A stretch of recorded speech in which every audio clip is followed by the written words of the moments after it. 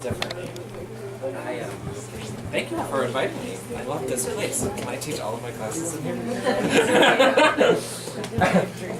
And this is the best way to watch these, I think.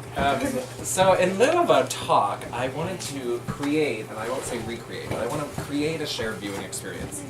And I wanted to explore television specifically as a sort of site for participation. Maddie asked me to talk about DIY architecture, and I swear it started in that realm. And I teach in the art history department, and I write about architecture, but I also write about new media. And so looking at how new technologies, historically, when they're introduced, they become these arenas, culturally and technologically, for debating and negotiating ideas of participation. You know, who gets to participate, whose voice is heard, who controls the flow of information. And I'm specifically interested in television. I think that we all think that we're TV natives, and I guess we are kind of, but we're pretty removed from this idea of sort of the original broadcasting television technology. We often talk about this period that we live in as the period of TV after television, because with the arrival of things like TiVo, and even in the 80s the arrival of cable, and then in the 60s the arrival of video, all of these things sort of challenge this notion of the top-down, singular, flowing, one-directional broadcasting medium that is television. And so television becomes this really important site for negotiating ideas of who is in control.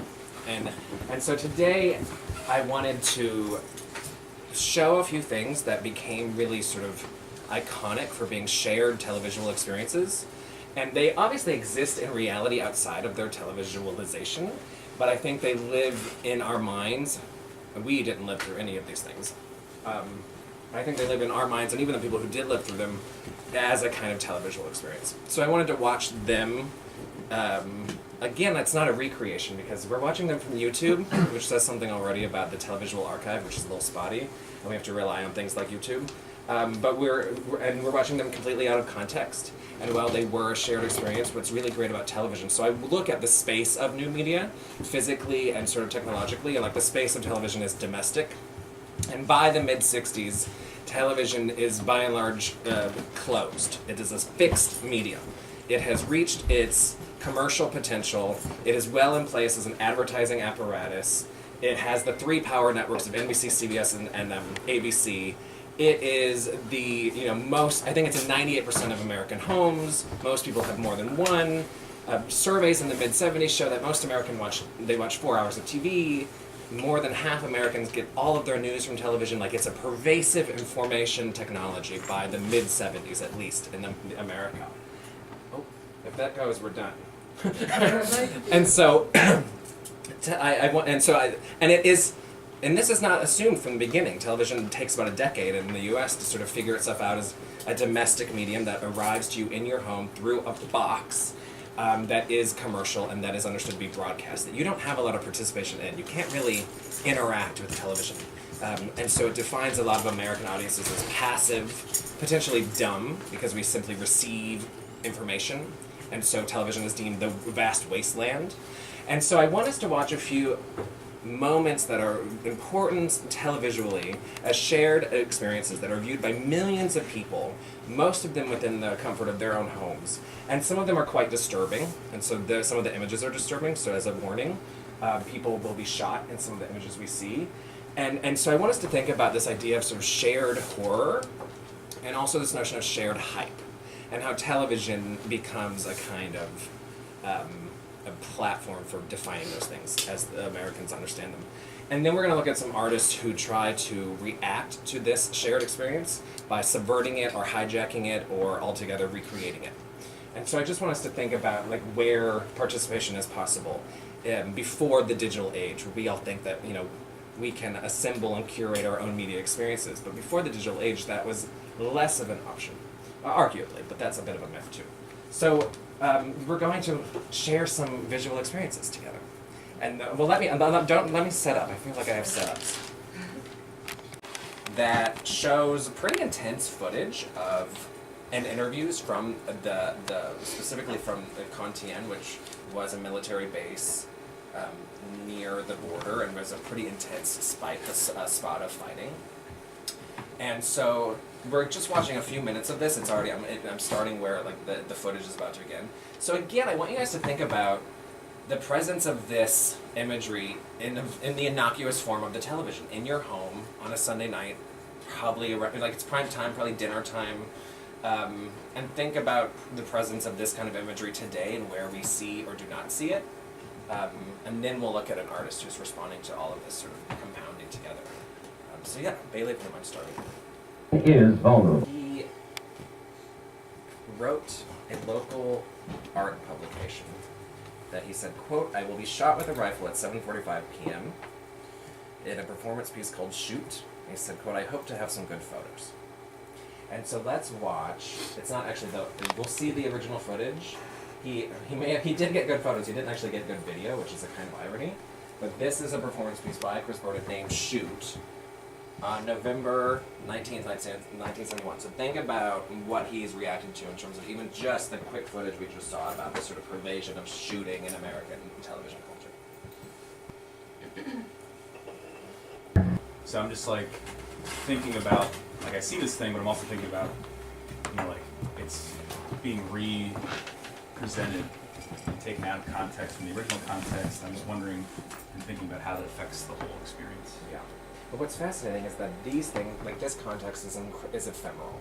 Television, unlike some other media, quite frankly, like if you go to the library and you go to the shelf of old Life magazines, you can create an archive of an old magazine, and the magazine itself sort of stands as a capsule of time, and you can experience it as you may have experienced it. You lose the concept of maybe it sat on the dining room table, or maybe it's on the coffee table. You lose that experience, but the magazine as a capsule itself holds. But television does not have a flowing archive. The flow is gone, and so that in itself is fascinating, right? And so, yeah, that's a good point. Yeah. I'm thinking about how like people may have reacted to it like more so back then because there was like only like one mode of like a way to experience that, and it was like pervasive in everyone's homes. And like now today, like you have shootings like every day, mass shootings every day, and like you can kind of let your mind like wander away from that, and like other than like maybe listening to like a podcast or seeing it on your Facebook feed, like it's not as like in your face. And I'm just like wondering where like the response is outside of like an angry Facebook post, or like I haven't like encountered any art as like a response to that. I mean maybe some, but like I don't know. I'm just like shootings today, you mean? Yeah, I'm just like I think that there's like parallels. Obviously, there's definitely more shootings today, but because like not everyone's like linked into like live streaming cable, like I think our reactions are different, and everyone's like so fragmented, like how they respond to things. I don't know. Yeah. I think, I mean, what I'm getting from this is a lot of just like media kind of trying to, search for this sort of truth. And showing these different things, you're kind of seeing the actual reaction in the moment, and it's a very specific moment. So when we're talking about like the video of the soldiers, we're seeing them in their actual day-to-day motion, where they're cleaning their rifles, or doing these very simple acts that we as Americans weren't aware of up until this media was shown to us. And it's kind of interesting to see, like, this is almost like looking back for us, but in that moment, like, people were like so shocked at what was actually being shown. Like, it was something that had never been seen before, and now it feels like we're almost numb to it. Like, we see these things and we've seen it before, whether it's in movies, in news, like even now, like we see these clips and it's just like, yeah, of course, that's what's happening. I feel like in that time, it was so new to like actually experience, not personally, but like through the screen, what other people were feeling in that time of distress. Yeah. I'm personally interested in like the idea of the screen as the site where that's happening, and how that is different than other mediated forms. Because during the Civil War, photographers went out with large format cameras and captured them, and they published booklets of them. And some of the photos were doctored, and some of so there's this collapsing with photography of the constructed versus the authentic, which Kevin talked about. And so I wonder if television is the way that people would buy like an Alexander Gardner book of Civil War photos different than how they would be sitting and watching television and seeing this footage. You know, the sort of sight of those experiences is completely different. But it's not necessarily for the first time where they're seeing that. Yeah. But they're receiving it as televisual feed. Right. Yeah. Which like live television allows for kind of surprises, and that I think is different than buying a Life magazine, for instance, Yeah, or buying a whole book definitely. called like Pictures of the War. You know. But I feel like even photography as like a media or a medium was completely different then than it is now. Like you see from the 1930s maybe like an image of a family.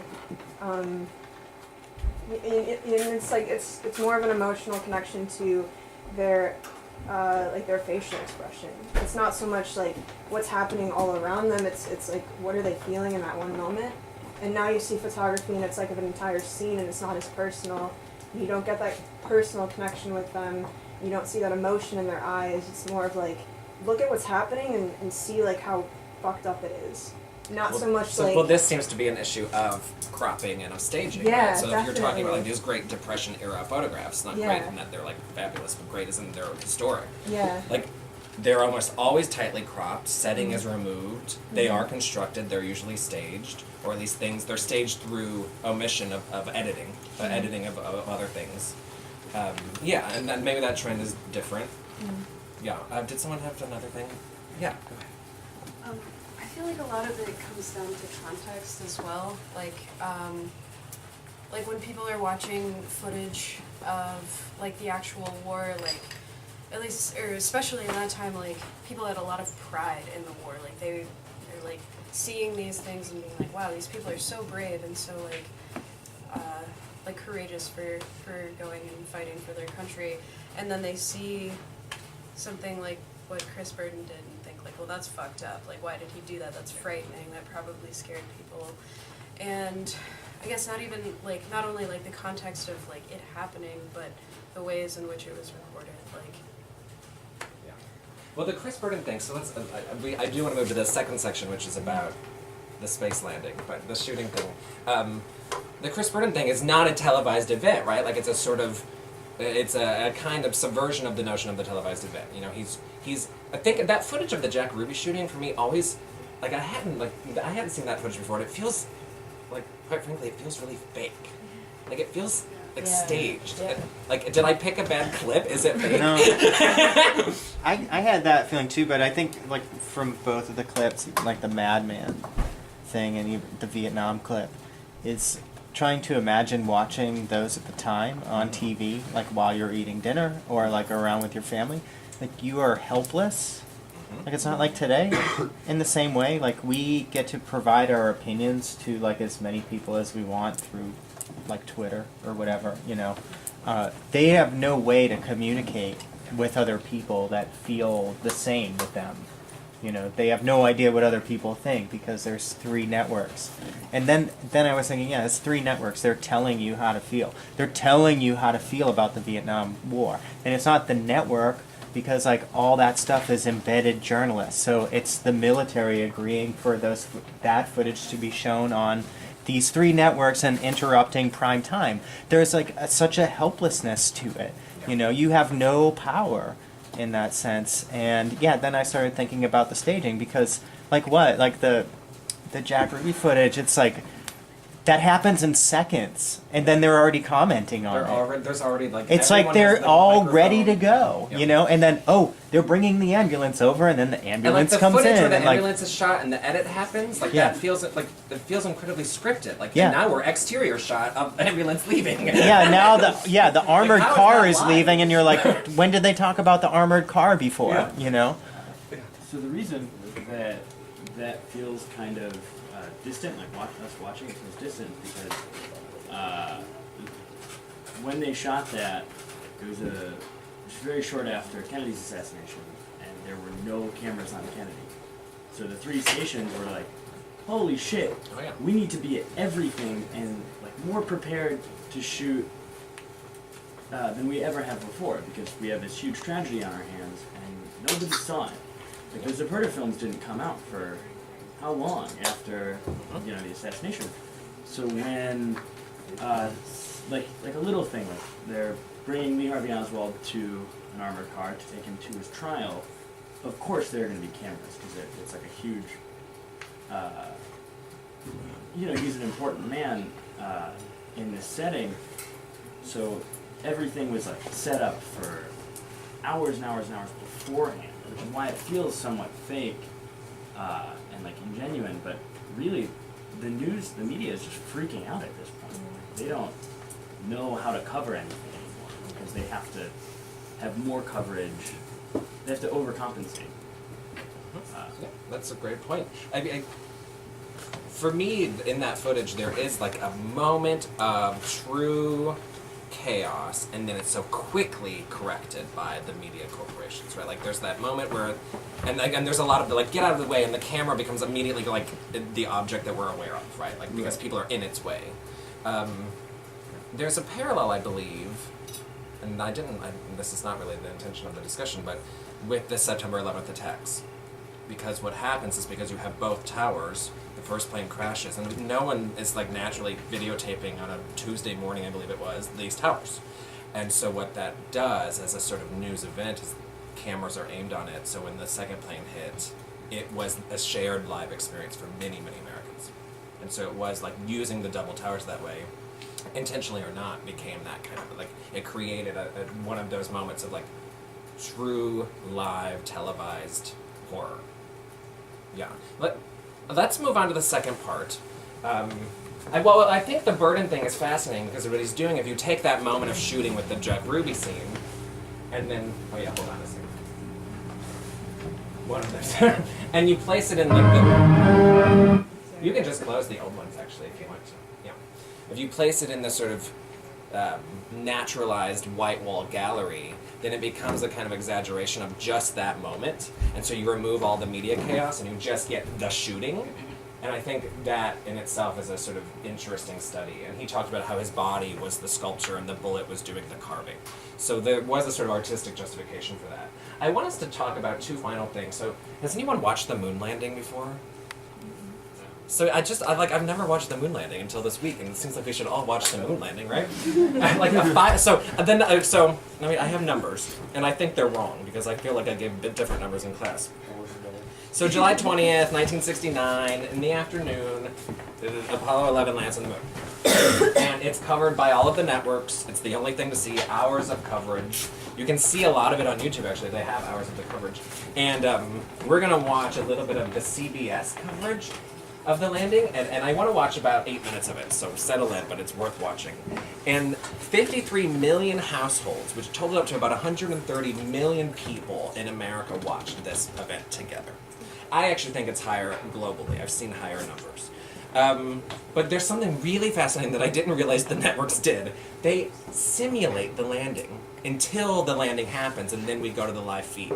So it's going to be a sort of surreal experience because they do have like a little simulated, NASA approved, and each of the networks did a different kind of simulation of the landing. So we're going to watch about 3 minutes of a simulation, and then we're going to see the classic landing itself. So let's watch this, and we'll watch an artistic response. Okay, I'm sorry. Oh, yeah. Because if we have like 2 more minutes, it gets better. When he says the line that we all know he's going to say, listen to how they react. Cronkite in the studio doesn't hear the second part, and so like that moment that's like a perfect hype moment, like a branded moment, and Armstrong says that he created that line himself before they landed. It's totally flubbed. So Cronkite's like, what did he say? What was that? What was he saying? He said something. We didn't hear him. And so like they have to like recreate the tagline of the moon landing like after the fact. So it's just, you should watch it. Is it not the strangest thing you've ever seen? Like honestly. Did you think the moon landing looked like this, with like the simulation? And you can't like, and there's like a moment of slippage where you're like, maybe is that real now? When does the camera switch to be real? It hasn't happened yet. It's fascinating. This idea of it being a complete construction, and the audio is really all that is like being fed to the audience. So let's watch an art group called Ant Farm, who created a work called Media Burn. So Ant Farm is this amazing countercultural activist group of artists who formed in San Francisco in the late 60s. and they do a number of sort of like installation work and ephemeral architectural installations, and they do a number of media work. So they trick out a Chevy van and they call it the media van, and they drive around the country and they do sort of like local video documentation. And this is a performance that they put on July 4th, 1975, and we're just going to watch like the first 3 minutes of this. This is like the video that they create by assembling all of the news coverage of the event. And so I want you to think about how they're staging and creating a media event. We are very cynical today. We understand that most media events are hype, clickbaited versions of something that's not real. And so after watching the moon landing, you can see where, like, even by 1972, I think is where this is happening, 75, they're kind of playing on that idea. So we're watching for a few minutes and see how they're... To how, like, even though it's a tragic event, I still wanted to see it. You want to see, like, the evidence of it, the horror of it. Yeah. Yeah. And like the omission of that violence, I think, is more powerful than showing it, especially nowadays, doing things like shootings, like where we, have the compassion to be like, this is horrible, but we're also so desensitized to see it very often in the internet. Space. So yeah, I hope you guys enjoyed watching them and thinking about this.